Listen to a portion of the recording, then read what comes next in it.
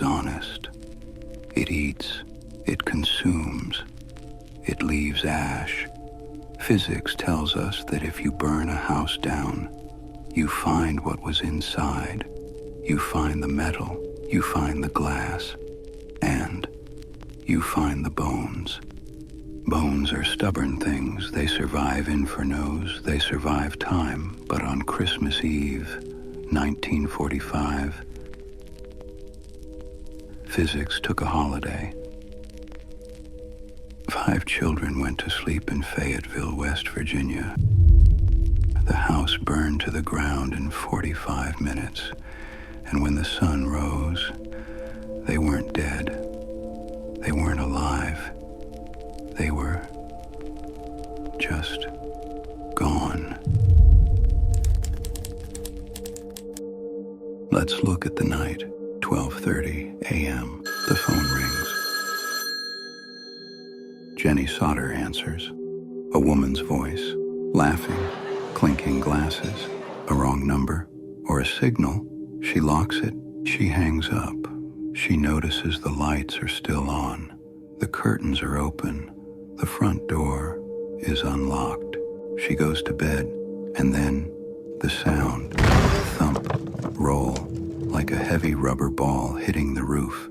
Half an hour later, the world is orange. George Sodder wakes up. He smells the smoke.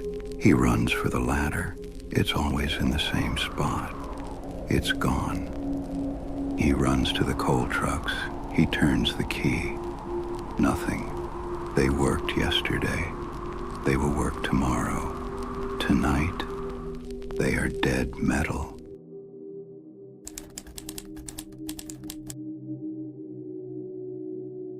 Item 1. The phone line. It was dead. They thought it burned through, but a repairman later found it, cut cleanly, at the top of the pole. Item 2. The ladder. It's found days later in a ditch, 75 feet away. But the biggest clue is the ash. A wood fire burns at 1,200 degrees. It collapses in 45 minutes. To vaporize bone, you need 2,000 degrees for 2 hours, and even then, fragments remain. The Sodder house was not a crematorium. It was a basement. So where are the children? Years later, a twist that belongs in a cheap novel. Fire Chief Morris confesses to finding remains and burying them. George demands the truth. They dig up the box. Inside is a fresh, bloody liver. A pathologist examines it.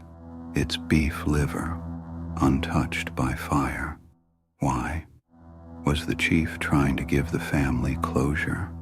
Or was he planting evidence to hide the fact that there was nothing to find?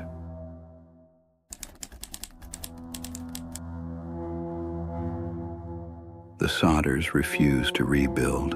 They build a billboard instead, faces of 5 children staring at Route 16. What was their fate, it asks. It stands for decades, a monument to ambiguous loss. 1967. The mail arrives, a letter postmarked from Kentucky, no return address, a picture of a young man, dark eyes, strong jaw. On the back, a cryptic note, Louis Sodder, I love brother Frankie, Elil Boys, A 90132. George hires a detective. He sends him to Kentucky. The detective disappears. He takes the money and vanishes, just like the children.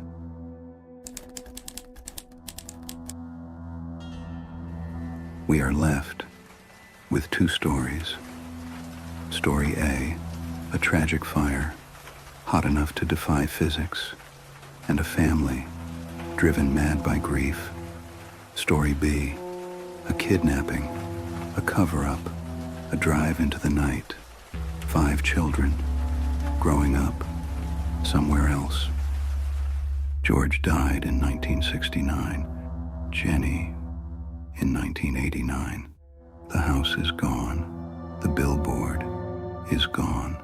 But the mystery is fireproof. It never burns out. The archives are vast. The shadows are deep. Subscribe and help us open the next file.